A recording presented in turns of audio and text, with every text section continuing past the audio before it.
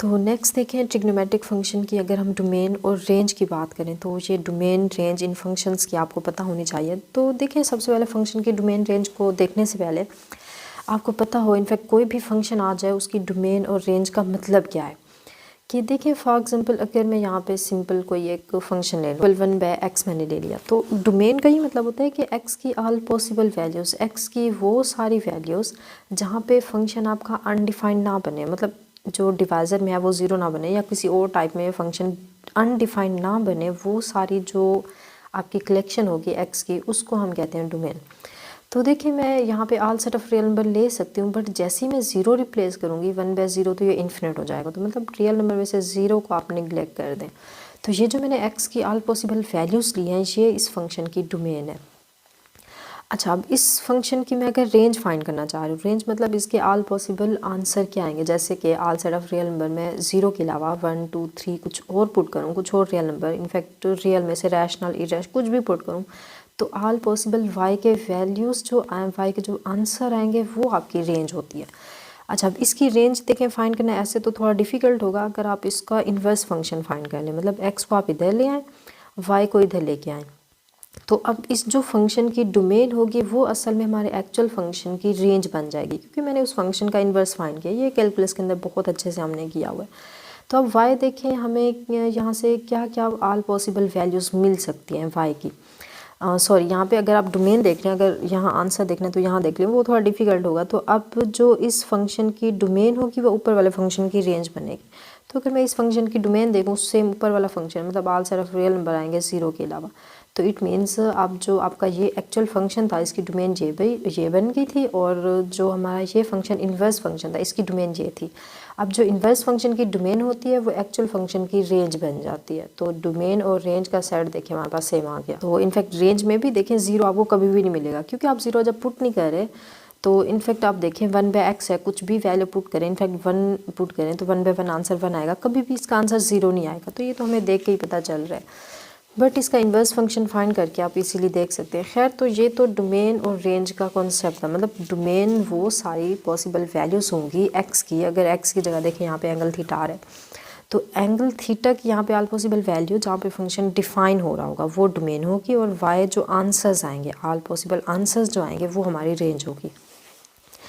तो अगर हम सबसे पहले साइन फंक्शन की बात करें, तो साइन फंक्शन हमने इनफैक्ट डोमेन पे मेरा एक सेपरेट लेक्चर मिलेगा, वो भी डिटेल में हमने किया था। हमने देखा कि सिंपल अगर मैं साइन थीटा की बात करूं और यहाँ पे कोसाइन थीटा, ये दोनों function all set of real number पे डिफाइन होते हैं। मतलब एंगल थीटा आप कुछ भी ले लें। अब angle theta belong to R, इसको ऐसे भी लिख सकते हैं। अगर इसको इंटरवल फॉर्म में लिखना है तो -∞ से इन्फिनिट, और अगर इसको आप ऐसे भी लिख सकते हैं कि एंगल थीटा जो है इन्फिनिट से लेस है, -∞ से ग्रेटर है। इक्वल नहीं ले सकते क्योंकि इक्वल इन्फिनिट हम पुट नहीं करते। तो अगर इन्फिनिट पुट भी कर दे तो साइन इन्फिनिट आंसर इन्फिनिट आएगा, वो आपकी टर्म डिफाइन नहीं होती। तो कहने का ही मतलब है साइन और कोसाइन के लिए जो डोमेन है वो सेम है, all set of real numbers होते हैं। और अगर इन दोनों की मैं रेंज की बात करूं, all set of real number कुछ भी आप रिप्लेस करें तो आप देखेंगे आपको आंसर हमेशा 1 और -1 के बिटवीन में मिलेगा। मतलब 0 पॉइंट समथिंग आएगा नेगेटिव में या पॉजिटिव में, या सबसे बड़ा आंसर 1 मिलेगा, सबसे छोटा आंसर -1, साइन और कोसाइन के केस में। मतलब क्या हुआ, इसकी रेंज जो होती है -1 और 1 के बिटवीन में, मतलब इसकी y की वैल्यू 1 और -1 के बिटवीन होती है। कुछ भी आप रियल नंबर रिप्लेस करें इसमें, वो इक्वल 1 भी आंसर देता है, तो यहाँ भी इक्वल 1 लगा दें, यहाँ भी इक्वल 1।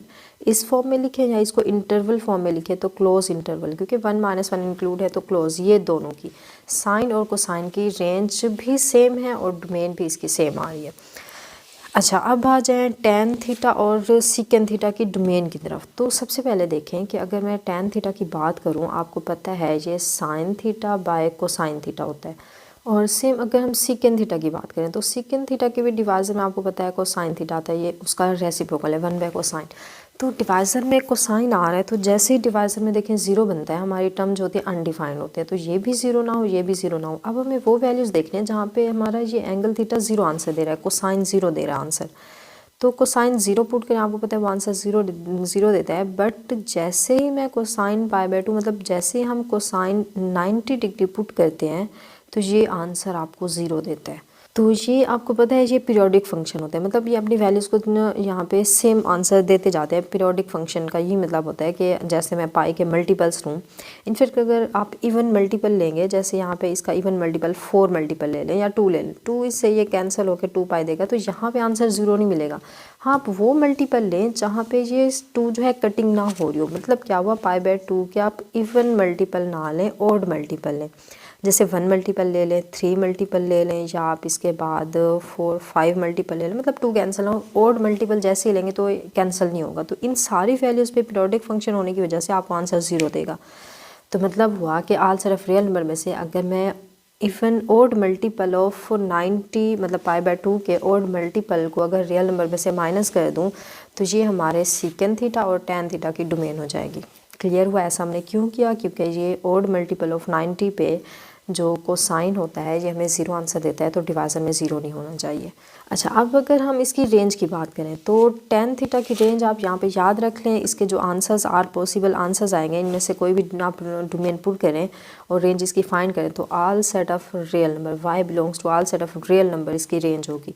या इन अदर वर्ड्स आप इसको इंटरवल फॉर्म में ऐसे भी लिख सकते हैं, या इसको आप इस फॉर्म में भी लिख सकते हैं, लेस ग्रेटर वाली फॉर्म में। क्लियर है? ये तीनों का मतलब यही है कि आल सेट ऑफ रियल नंबर आपकी टैन थीटा फंक्शन की रेंज हो जाएगी। तो अगर सीकेंड की रेंज की बात करें तो इसमें आपको पता है कि y की जो वैल्यू है, ये जो इसकी रेंज मतलब इसके जो आंसर आल पॉसिबल आएंगे तो वो y होता है। y की वैल्यू या तो -1 से लेस वैल्यूज़ आएंगी, मतलब सारी नेगेटिव वैल्यूज़ आएंगी। आप इसको इंटरवल फॉर्म में लिखना चाहें तो -∞ से -1, अब -1 भी इंक्लूड है तो ऐसे लगा लें।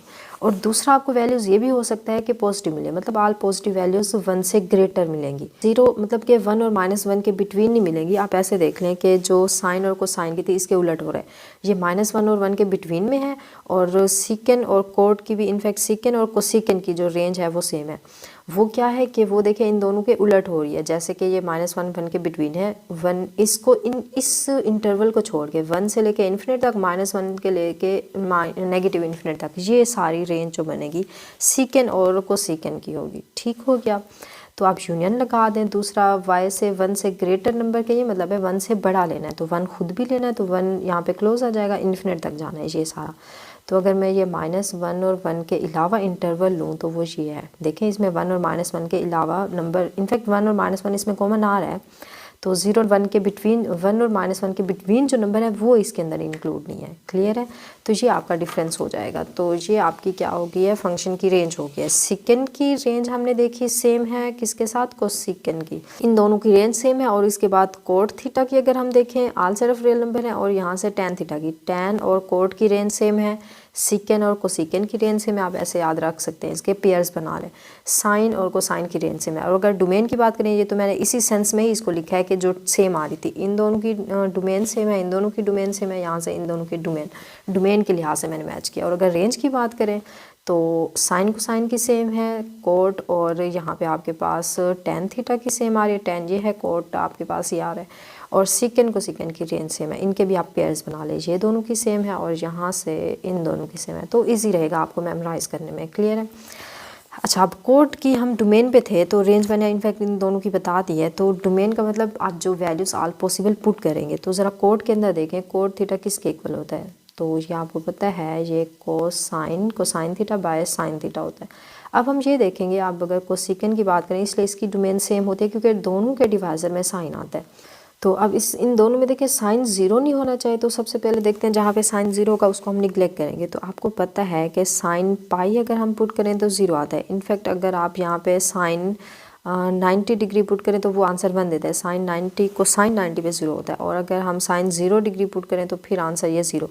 तो कहने का ये मतलब है कि पाई के मल्टीपल्स आप लें। पाई के साथ देखें 1 पाई 2 पाई 3 पाई, चाहे वो इवन मल्टीपल है चाहे वो ओड मल्टीपल है, मतलब पाई के साथ अगर मैं 1 2 3 स्वान मल्टीप्लाई करूँ या -1 -2 स्वान मल्टीप्लाई करूँ तो सेट ऑफ इंटीजर बन जाएंगे अगर 0 भी इंक्लूड करें। जब पाई के साथ n मल्टीपल n की वैल्यू 0 होगी तो ये केस बनेगा, साइन 0 = 0। तो कहने का ये मतलब है कि ये आल यहाँ पे इंटीजर्स पे इंटेग्रल मल्टीपल ऑफ पाई पे हमारा जो साइन है वो हमें 0 आंसर दे रहा है। तो आप यहाँ पे लगा लें कि आल सेट ऑफ रियल नंबर में से अगर हम इनको माइनस करें तो ये इस फंक्शन, इन दोनों फंक्शन की हमारे पास डोमेन होगी। तो रेंज मैंने आपको पहले से बता दिया। तो ये था आज का लेक्चर, होप सो क्लियर हो गया होगा। बट फिर भी कोई मसला कोई प्रॉब्लम है आप ज़रूर पूछें, इंशाल्लाह आपको ज़रूर, इनफैक्ट इसमें मसला नहीं है, जस्ट आप इसको मेमोराइज़ करने का मेथड भी मैंने बता दिया, इनको पेयर्स बनाने, जस्ट इसको आपने मेमोराइज़ करना है, याद रखना है। ये एज़ इट इज़ पूछी भी जा सकती हैं या इनफैक्ट ये आगे भी बहुत ज़्यादा आपके एप्लीकेशन के लिहाज से बहुत ज़्यादा आपके लिए यूज़फुल होगी। तो चलें फिर आज के लिए इतना ही काफ़ी। ओके, अल्लाह हाफिज़।